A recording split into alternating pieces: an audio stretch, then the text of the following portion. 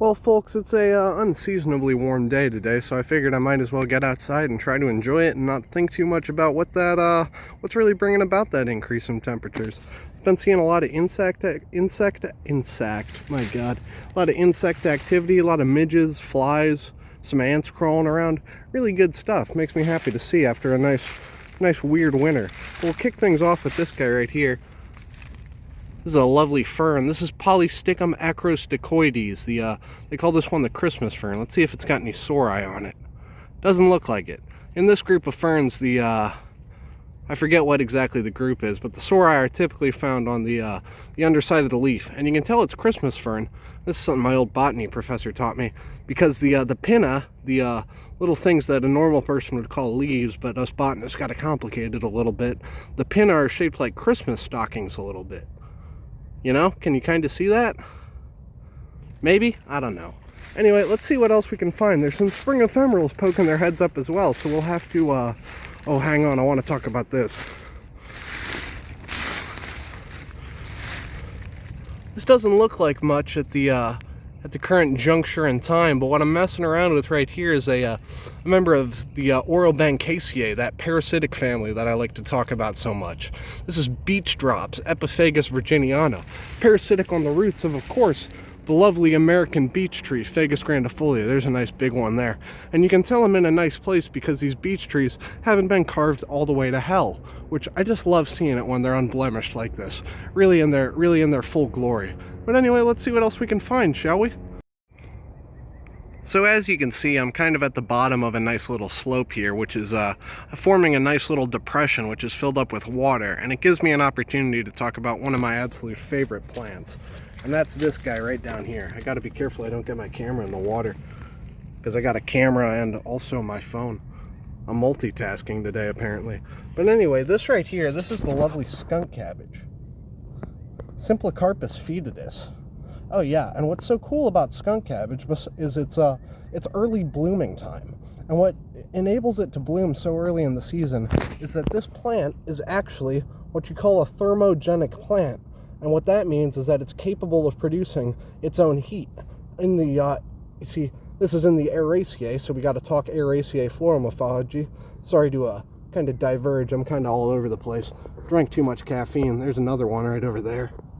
See it in the middle of the frame? But anyway, the aroid flower morphology is what you know as a spadix and a spathe. So the spathe is this outside leaf, this lovely mottled green-red coloration, and then on the interior, let me see if I can get the angles right. On the interior, in there you can kind of see it just poking its head out a little bit. Not really poking its head out, it's hiding pretty good. But in there's the spadix, and that's what actually has the reproductive structures, the male and female flowers on it.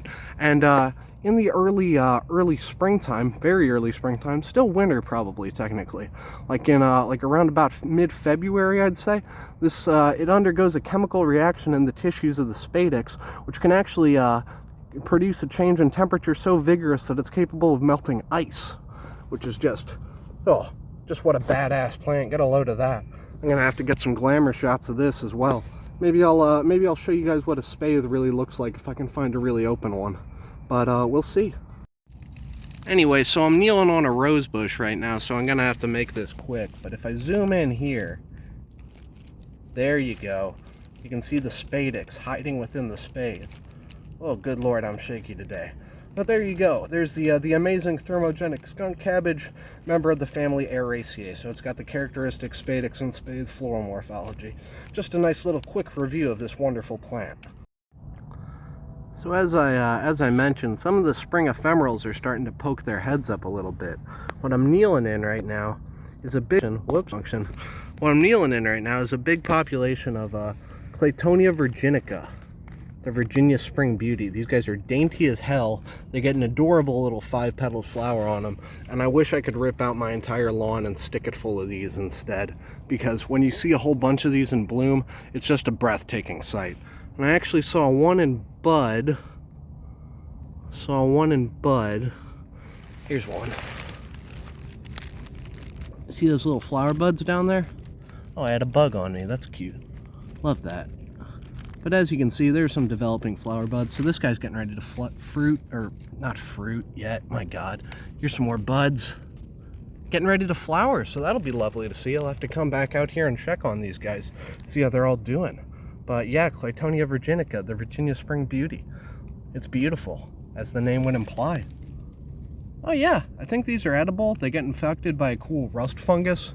So if you ever see one of these out in the wild and it's got like this crazy orange looking rust on it, that's one that's been infected by the rust fungus. And I'll write up the species on that rust fungus. It's like something Claytonia virginianae. I don't know. I'm not a mycologist and I don't pretend to be one. But anyway, yeah, Claytonia virginica for the third time now, or probably fourth. And look at that! I got to yell over a train, but look at that! We got some little isopods moving around down there. You might think these are bugs, but they're actually crustaceans, which is really, really neat, and it's cool to see them moving around already. You know, it's a sure sign that spring is upon us. Here's another one. I think this is some species of Oniscus because I've taken pictures of isopods out here, and that's what the wonderful folks at iNaturalist directed me to in terms of the genus. Spring's coming, folks. It's gonna be a weird one though. Here's another dainty spring bloomer. This guy with the nice trifoliate leaf. Now, it's probably stupid of me to try to identify this, but I've come out here a fair number of times and I've seen this plant in a lot of stages of its phenology, so I feel pretty confident in calling this Flurkia proserpinacoides, the false mermaid weed. Kind of a stupid name in my opinion, because this thing doesn't look a damn thing like the true mermaid weed, but there is a lot of it coming up. Look at all that. And this gets an absolutely minuscule flower on it. It's absolutely tiny. I think it's got 3 petals and 3 tepals, or 6 petals. I don't know, I'll write it up later for you guys though. But yeah, Flurkia proserpina. Okay, let's say it right. Flurkia proserpinacoides. There you go. Now you'll think I'm a botanist. And I almost got up, but like, look at these. This is some more Claytonia virginica, but it's this beautiful dark brown purple color. Wonder if it's sequestering the anthocyanins. And of course, we got a little bud. Beautiful. Can't wait to see that. Just found another spring ephemeral. This little guy right here. This is oh yeah, absolutely. Get a load of that purple leaf underside. This is Cardamine douglassii, the limestone bittercress, and it gets that name because it can often act as an indicator species for the presence of calcium, or which is often associated with limestone because limestone's made of calcium carbonate, I believe. But yeah, so that's why they call it the limestone bittercress. It's probably named after some dead botanist, but I like calling it limestone bittercress more because it actually tells you a little something about this plant's ecology. So common names aren't bad all the time, just most of the time, I think. But anyway, that's a rant for another day. I've seen some of this budding, but I forgot to take a video of it, so I'll do that in a little bit as well.